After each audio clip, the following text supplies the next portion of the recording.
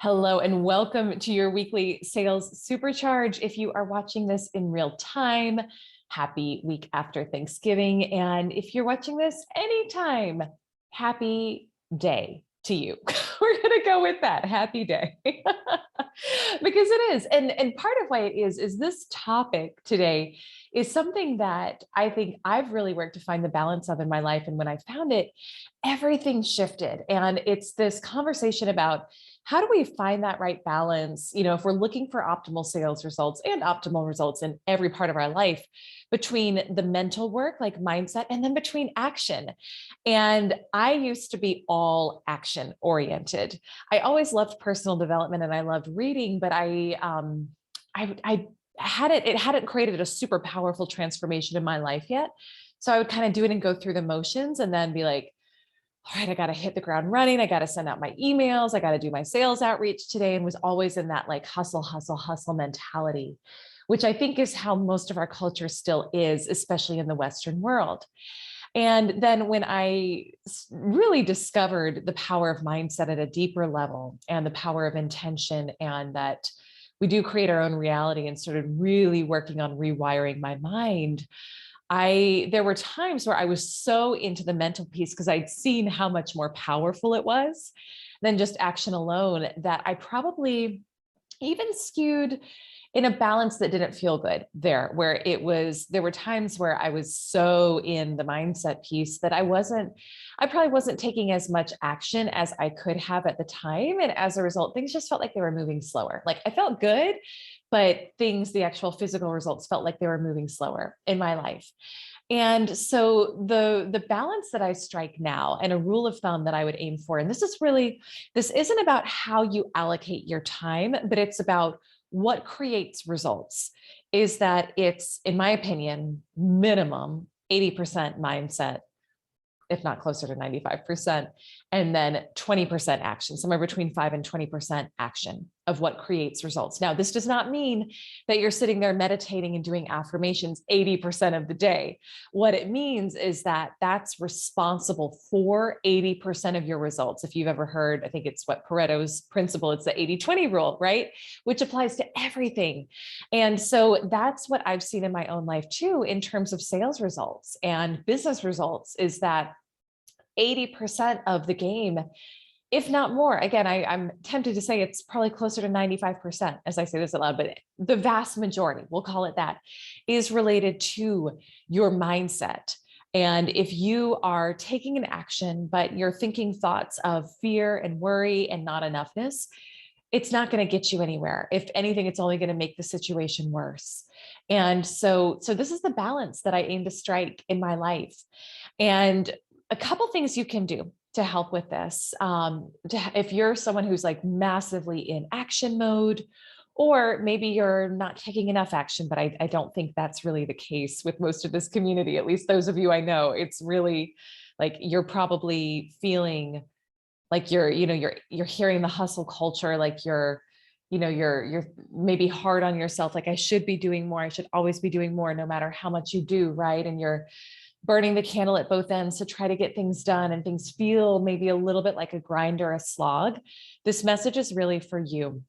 And I want you to start realizing and thinking about, wow, like, what if it were true that 80 to 95% of my results were based on my thoughts and what I was thinking and who I was being? And who you're being is always a combination of your thoughts and your emotions, which then create your actions. But what if that was really it? Like 80% was my mindset, and then the remaining 20% was actually what I was doing that was responsible for my results. How would I be doing things differently? And what could I do to start shifting my energy in the right balance? And I'll tell you, I'm going to give you a couple tips, and I can tell you 100%, if you start tracking this, you will see that it's true. I was doing a meeting with my bookkeeper this past Friday. Oh, I don't know. Today's Friday as I record this, holiday week, right? I get messed up on the days. Anyway, earlier this week, I was doing a meeting with my bookkeeper, and we were looking at month over month financials and sales results within the company. And it was so funny because I could look at the month and I could know exactly where my mental state was. And the months where I was pretty chill, energetically, where I was just feeling good, where I was letting things flow, where I was letting things be easy, where I was having a lot of joy and pleasure, and I was really doing the mental work, were by far our biggest sales and revenue months. And the months where maybe I had a limiting belief pop up that was like really gnarly, or I got more into, and because of that, I got more into action and pushing and like, oh, I've got to grind to get the result this month. Our numbers were way lower. And literally, if you start tracking this, you'll see the same thing in your life. And so that's why I really aim to strike that 80-20 balance now in everything I do. And so if you're farther in the action category right now, and you're realizing that your mindset hasn't been where you'd like it to be or where it could be, here's what I would do. Number one, you've got to prioritize the mindset piece, whatever that is for you. For me, it's a combination of meditation, journaling. I have exercises I do to expand my prosperity consciousness, to increase the flow of money in my life. And I do those every single day. Now I also do like a physical workout in the morning too, but I do those everything in the morning. So the morning is kind of like the spiritual and physical workout. And then now here's the thing though, I don't just stop in the morning.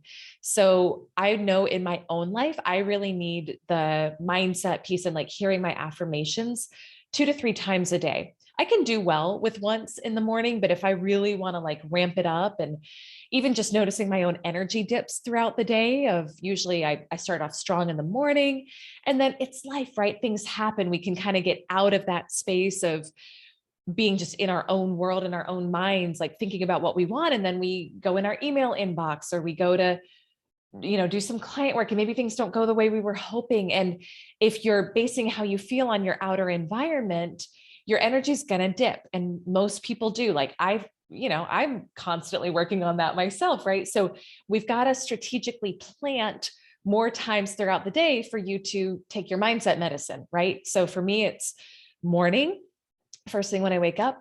It's midday, around lunch. I actually was just listening to my affirmations while I was getting ready and doing hair for this video. And then it's end of the day too. And I'll be honest, I don't always get it done, especially at night. That's when I typically am more like, kind of am more tempted to go to sleep. But if I'm really working on like fixing something, not fixing, but rewiring something, or if I'm working on something that's a fierce new level I want to get to, it's really intentional, like 3 times a day, listening to that mindset work. So seed mindset affirmations, etc. Seed your day, just like you plan out your meals, just like you eat multiple times a day, most likely, just like if you've got medicine you take, you might take it a couple times a day. It's the same with your mental work. So seed it throughout the day. The second piece is if you're in a low emotional state, this is the second and final piece. If you're in a low emotional state, it's not the time to act. And this was the hardest for me to get, because usually when we're in that state, if we're in a feeling of separation from our goals, if we're in a feeling of anxiety or overwhelm or lack or not enoughness, that's when we can kind of default into behaviors of, oh, I got to work extra hard to get the result here. So let me and for me, sometimes it was a numbing exercise, right? Of this thing it doesn't feel good. So I'm going to numb by going and working. And there's so many different ways we can numb, right? But for me, work was my default for many, many years. And when you're in that state, because of the energy that you're putting out, because you're in a state of anxiety or you're in a state of overwhelm, you have to realize that any action you take from that emotional, energetic state is only going to bring back to you things to mirror that. And so if you're feeling anxious and feeling like there's not enough, you don't know if there's going to be enough sales this month.